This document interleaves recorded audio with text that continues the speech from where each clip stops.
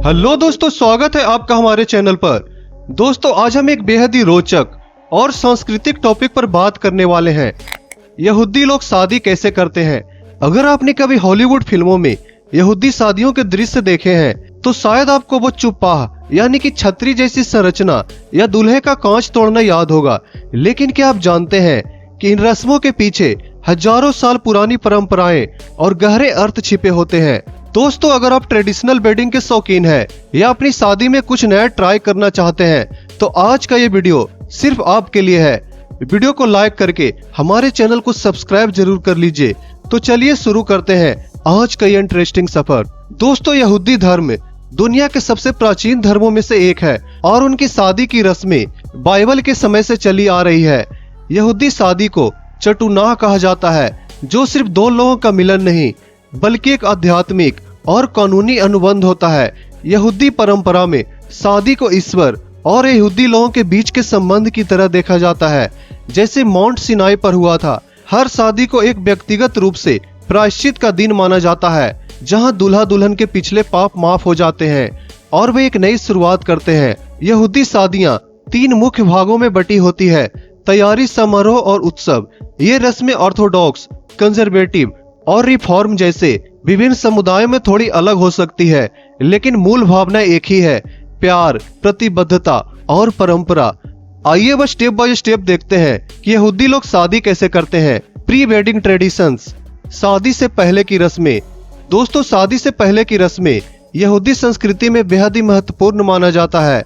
सबसे पहले बात करते हैं ऑफरूप की। ये एक तरह का प्री वेडिंग सेलिब्रेशन होता है, जहां शादी से एक हफ्ते पहले यहूदी प्रार्थना में दूल्हा दुल्हन को बुलाया जाता है। दूल्हा यहूदी धर्म ग्रंथ पढ़ता है और फिर लोग उन पर कैंडी या मिठाइयां फेंकते हैं, जो मीठे जीवन की कामना का प्रतीक होता है। ये रस्म दूल्हा दुल्हन को समुदाय का आशीर्वाद दिलाती है। फिर आती है फास्टिंग की रस्म। शादी के दिन दूल्हा और दुल्हन सूर्योदय से लेकर समारोह खत्म होने तक उपवास रखते हैं। ये यूम किपुर की तरह है, जहां वे अपने पापों के लिए प्रायश्चित करते हैं। ये रस्म उन्हें याद दिलाती है कि शादी सिर्फ खुशी नहीं बल्कि एक रिस्पॉन्सिबिलिटी भी होता है। दोस्तों, क्या आप सोच सकते हैं, शादी के दिन भूखे रहना, लेकिन ये उनकी प्रतिबद्धता को मजबूत बनाता है। एक और दिलचस्प रस्म है कब्बलत पनीम। दूल्हा दुल्हन के लिए अलग अलग रिसेप्शन। दुल्हन की तरफ हचनासत कल्लाह होती है, जहां महिलाएं दुल्हन को घेर कर गाने गाती हैं और आशीर्वाद देती हैं। दूल्हे की तरफ टीस होता है, जहां पुरुष दूल्हे के साथ टेबल पर बैठकर तौराह पर चर्चा करते हैं, दोस्त उठाते हैं और गाना गाते हैं। ये अलग अलग रिसेप्शन जेंडर सेपरेशन की परंपरा से आते हैं, लेकिन मॉडर्न यहूदी शादियों में ये मिक्स भी हो जाते हैं। द बेडकन, घूंघट की रस्म। दोस्तों, अब आते हैं शादी के मुख्य समारोह की तरफ। सबसे पहले बेडकन रस्म होती है। दोस्तों, ये एक भावुक पल होता है जहां दूल्हा दुल्हन के चेहरे पर घूंघट डालता है। ये रस्म बाइबल की कहानी से आती है, जहां जैकब को धोखे से ली से शादी करा दी गई थी, जबकि वो राचेल से प्यार करता था। घूंघट डालकर दूल्हा यह सुनिश्चित करता है कि वो सही दुल्हन से शादी कर रहा है, लेकिन गहरा अर्थ ये है कि दूल्हा दुल्हन की आंतरिक सुंदरता को महत्व देता है, न कि सिर्फ बाहरी। फिर दोनों परिवार मिलकर नाचते गाते हैं। ये रस्म देखकर आप कभी दिल पिघल जाएगा। अच्छा दोस्तों, वीडियो में आगे बढ़े उससे पहले आप जरा हमें ये बताइए ना कि आप हमारा वीडियो कहां से देख रहे हैं। कमेंट करके जरूर बताइएगा। द चुप्पाह, शादी की मुख्य रस्म। यहूदी शादी का सबसे आइकॉनिक हिस्सा होता है चुप्पाह, यानी कि एक छतरी जैसी संरचना जो 4 खंभों पर टिकी होती है। ये नए घर का प्रतीक होता है, जो दूल्हा दुल्हन साथ मिलकर बनाते हैं। चुप्पाह खुले आसमान के नीचे लगाई जाती है, जो ईश्वर की उपस्थिति को दर्शाती है। समारोह की शुरुआत में दूल्हा और दुल्हन चुप्पाह की तरफ चलते हैं। सबसे पहले दूल्हा आता है और फिर दुल्हन। दुल्हन के माता पिता उसे चुप्पाह तक लेकर जाते हैं, जो उसके बचपन से अलग होने का प्रतीक है। चुप्पाह के नीचे दुल्हन दूल्हे को 7 बार घेरती है। ये 7 चक्कर बाइबल के 7 दिनों की सृष्टि का प्रतीक होता है और दुल्हन एक तरफ से दूल्हे के चारों तरफ प्यार की दीवार बनाती है। The ketubah, marriage contract. दोस्तों, चुप्पाह के नीचे सबसे पहले केतुबाह पर हस्ताक्षर होते हैं। केतुबाह एक प्राचीन दस्तावेज होता है जो दूल्हे की दुल्हन के प्रति जिम्मेदारियां लिखवाता है, जैसे आर्थिक सहायता, सम्मान और सुरक्षा। ये 2 गवाहों के द्वारा साइन किया जाता है, जो परिवार के सदस्य नहीं हो सकते। केतुबा अरामिक भाषा में लिखी जाती है, लेकिन मॉडर्न वर्जन में इंग्लिश या हिंदी भी ऐड की जा सकती है। ये रस्म महिलाओं के अधिकारों की रक्षा करती है, जो 2000 साल पुरानी है।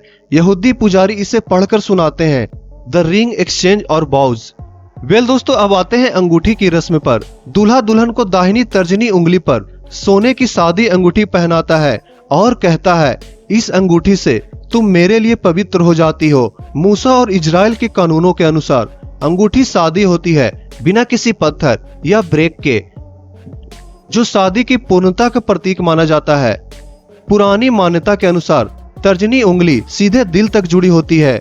रिफॉर्म यहूदियों में दुल्हन भी दूल्हे को अंगूठी पहनाती है। फिर सेवा ब्राचोट यानी कि 7 आशीर्वाद पढ़े जाते हैं। ये आशीर्वाद वाइन के 2 कपों पर दिए जाते हैं। पहला कप बेट्रोथल सगाई के लिए और दूसरा कप शादी के लिए। आशीर्वाद सृष्टि, सुखी और दूल्हा दुल्हन की एकता और यरूशलेम की शांति पर होते हैं। हर आशीर्वाद के बाद वाइन पी जाती है। ये रस्म शादी को आध्यात्मिक ऊंचाई देती है। द ब्रेकिंग ग्लास, कांच तोड़ना। दोस्तों, समारोह का क्लाइमेक्स होता है कांच तोड़ना। दूल्हा एक कांच को पैर से तोड़ता है और सब बधाई हो चिल्लाते हैं।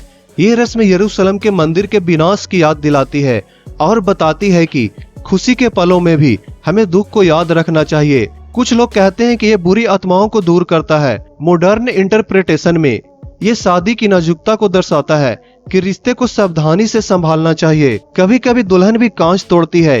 ये पल बेहद ही एक्साइटिंग होता है। Post ceremony.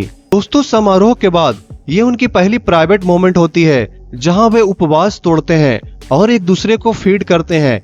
ये रस्म उन्हें बाकी दुनिया से अलग करके उनके बॉन्ड को और मजबूत बनाती है। फिर शुरू होता है सेउदाह, यानी कि सबसे बड़ा उत्सव। डांसिंग, म्यूजिक, फूड और स्पीचेज।